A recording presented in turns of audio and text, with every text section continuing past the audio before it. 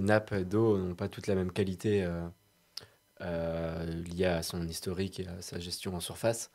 Et on a des eaux de nappe potables, globalement, et d'autres plutôt polluées et insalubres. On peut avoir des nappes potables en ville ou c'est compliqué? Euh, Parce que... c'est une je- source de pollution majeure, comme Ouais. les zones urbaines. Ok. Donc.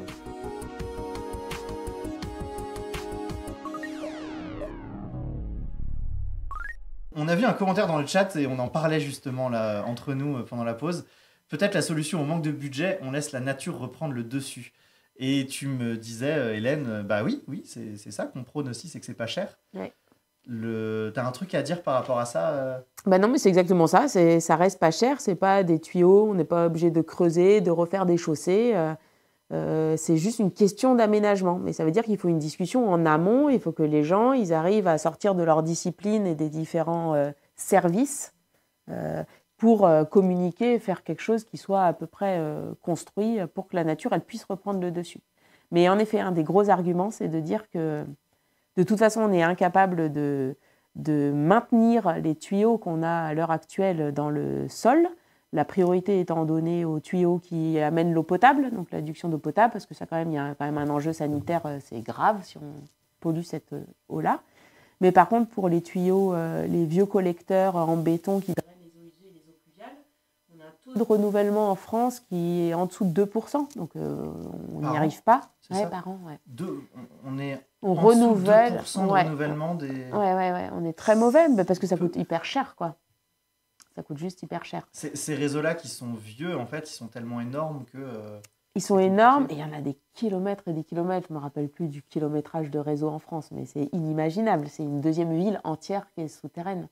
Il y en a même qui sont visitables. Aller visiter les égouts à Paris, c'est très chouette.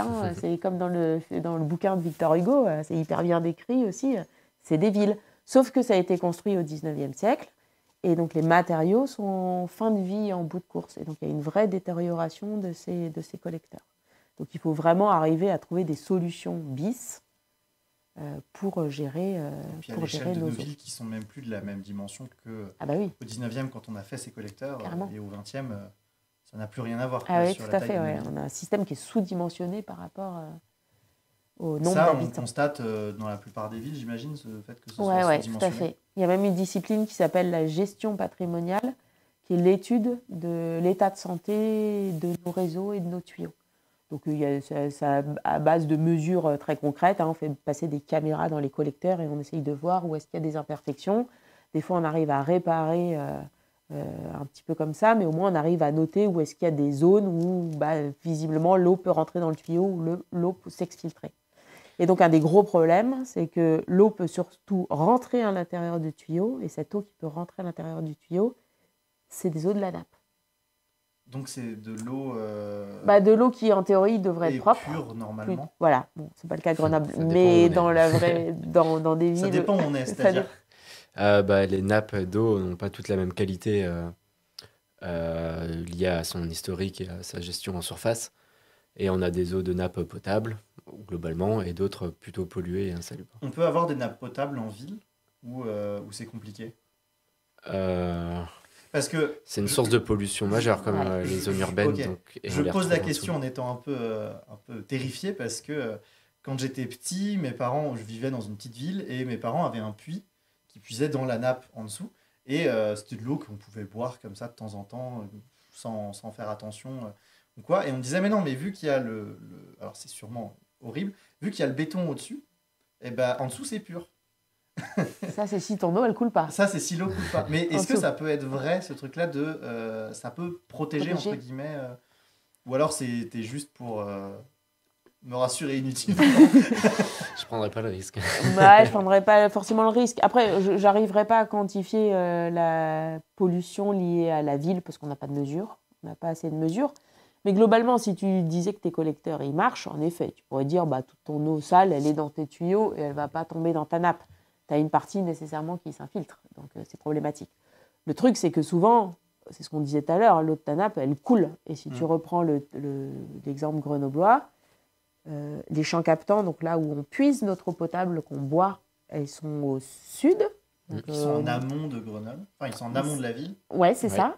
Ils sont au niveau de la confluence entre la Romanche et le Drac, là, justement. Ils sont par là, les champs captants. Donc là, l'eau, elle est de très bonne qualité, hein, vu que c'est un aquifère alluvionnaire qui filtre hyper bien, machin. C'est super bonne qualité.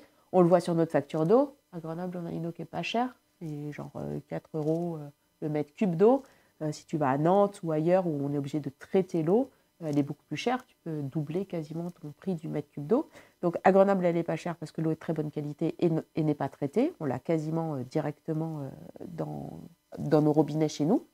En revanche, tu as des sites industriels dans le sud de Grenoble, les grosses plateformes chimiques au niveau de Jarry et un peu plus loin sur Pont-de-Claix, qui, elles, rejettent énormément de pollution. Et c'est d'ailleurs ça qui a fait un peu le buzz ces derniers temps dans les médias, avec une pollution de la nappe après les champs captants. Donc nos champs captants sont pour l'instant... L'eau qu'on capte, ça va. Oui. Mais là, juste en aval. Okay. Non, l'eau qu'on capte, ça va, mais juste... De oui, c'est ça. Oui. Juste en aval, excuse-moi, un peu plus loin sur le long de l'écoulement. Voilà, c'est problématique. C'est problématique. Ok. Et donc, tout le reste de la nappe est pollué. Oui. Ok. Oui, ok. Je comprends, et ça termine dans l'Isère. Et ça termine dans la rivière. Si on fait la suite logique du... Oui, c'est ça. C'est pas le sol qui va absorber... Les nappes phréatiques, elles ont un potentiel absorbant pour les polluants ou pas du tout, parce que ça c'est cool. Les matériaux poreux qui constituent la nappe peuvent, pour certains polluants, capter ce polluant et va rester sur le sable, sur le port. Et d'autres, pas du tout. Ils vont rester inertes et ils vont continuer leur écoulement. Ça dépend du type de polluant. Ouais, c'est pas terrible, quoi. Non, c'est pas terrible. Ouais, globalement, c'est pas terrible. Et pour en revenir à nos tuyaux, vu que nos tuyaux, on a dit qu'ils étaient quand même pas mal poreux, super, j'ai ça. Vu qu'ils étaient pas mal poreux, eh ben, ça veut dire que quand la nappe, le niveau est au-dessus de ces tuyaux, bah, la nappe, elle peut aussi rentrer dans ces tuyaux. Et donc, l'eau propre, entre guillemets, de la nappe, ou l'eau polluée d'ailleurs, ouais. La regarde par rapport au seuil qu'on a dessiné. Ah oui, et va sortir directement. Eh ben, et là, ça va encore plus vite que si c'était juste dans la nappe. Exactement. Ah oui, donc nos tuyaux qui évacuent nos propres eaux usées et eaux pluviales peuvent aussi vider... Ouais. Transférer l'eau de la nappe à la rivière encore plus rapidement. Ouais. Parce que là, il n'y a plus rien qui retient l'eau. Elle part en quelques minutes, elle est partie dans la rivière, quoi. Et donc, tu augmentes ce fameux nombre de déversements que la ville paye. Et donc, ils ont... Voilà, Ah oui, donc c'est un problème pour les communes aussi, parce qu'elles rejettent plus d'eau simplement parce que leurs infrastructures sont usées. Exactement. Alors, ça a plein de côtés négatifs. Hein, en temps de pluie, ça augmente le nombre de déversements. De manière générale, même en temps sec, ça veut dire que tes eaux usées, elles sont diluées par cette eau de la nappe qu'il y a tout le temps. Et donc, ton usine de retraitement des eaux, elle reçoit des eaux qui sont diluées. Donc, il faut adapter les processus de traitement. Parce que du coup, tu ne traites pas de la même façon en fonction du degré de dilution de ton eau. Et en effet, tu fais un putsch d'accélération de ton transfert d'eau directement là. Alors, sachant que là, on a parlé d'état de vieillesse, parce que c'est de façon très générale, à Grenoble, les gros collecteurs unitaires sont fabriqués avec des trous.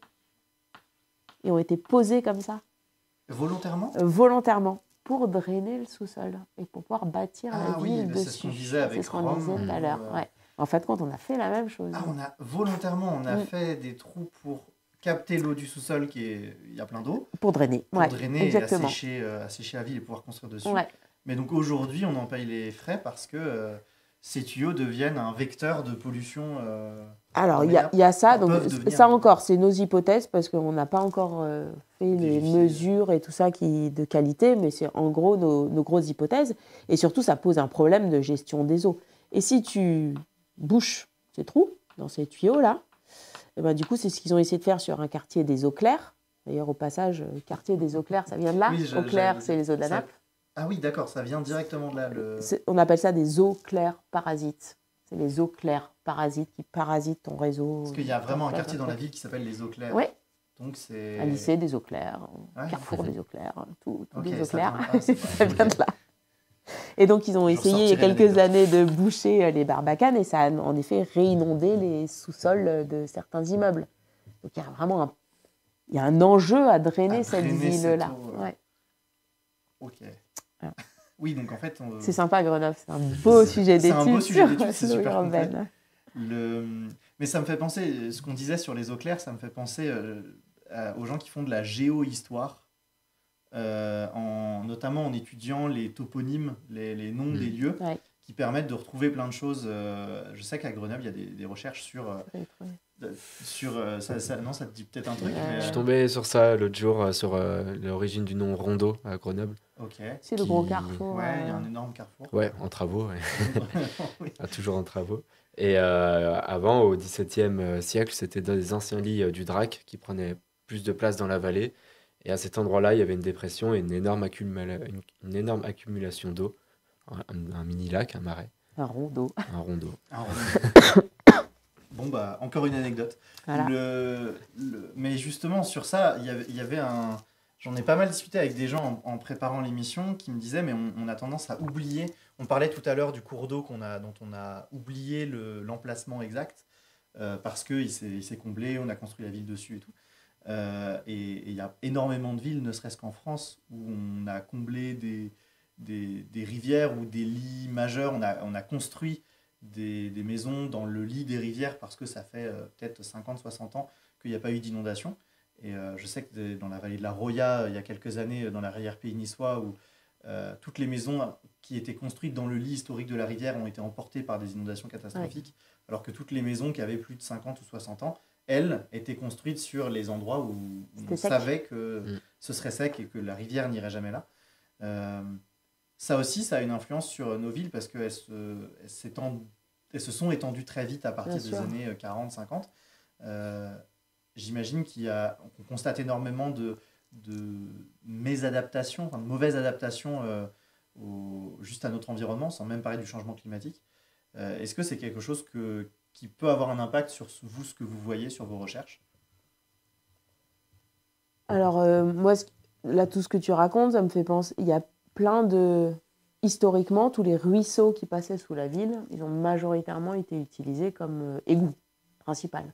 Il y en a plein qui sont assez connus d'ailleurs sur Grenoble, notamment le Verderet, où il y a un gros travail qui se fait au niveau des bains pour justement le remettre, ces ruisseaux à jour, pour ressortir l'eau cachée des rivières. Donc notre souterrain, il est parsemé de ces anciens cours d'eau. Forcément, tu as tous les coteaux qui pleuvaient leur pluie, il faut bien que cette eau elle aille quelque part, et qu'on a complètement... donc dans le meilleur des cas, juste enterré, et la plupart du temps, tubé, canalisé et utilisé pour nos eaux à nous directement. Et ça, dans les politiques de remettre là, des villes éponges, remettre les petits cours d'eau, ça fait partie des projets sympas que tu peux voir partout en ville. Il y a une association à Grenoble qui s'appelle l'ARA 2, qui est une association de rivières. Et donc ils ont monté un projet qui s'appelle l'eau en ville, où ils travaillent avec certaines collectivités autour de Lyonnais, autour de la ville de Lyon, un peu plus au sud, Givors, etc., Saint-Marcellin, le Pays Royonnais et Grenoble avec le Verderet, où voilà, le but du jeu, c'est de remettre à jour ces anciens ruisseaux urbains. Et ça va avec ce principe-là aussi, c'est-à-dire que tu remets à jour un ruisseau, elle réintègre l'eau de ruissellement qui pleut, tu remets de la nature en ville, tu recrées des... Et après, c'est un cercle vertueux. C'est un cercle plutôt vertueux, ouais. Et les gens, ils ont besoin en fait de l'accès à l'eau. Il y a ça aussi, hein. Les sciences humaines, elles nous le diraient très bien. Et il y a des études qui ont montré que remettre de la nature et remettre de l'eau, c'était quelque chose les gens en ont besoin pour vivre de façon agréable quelque part. Donc c'est vraiment...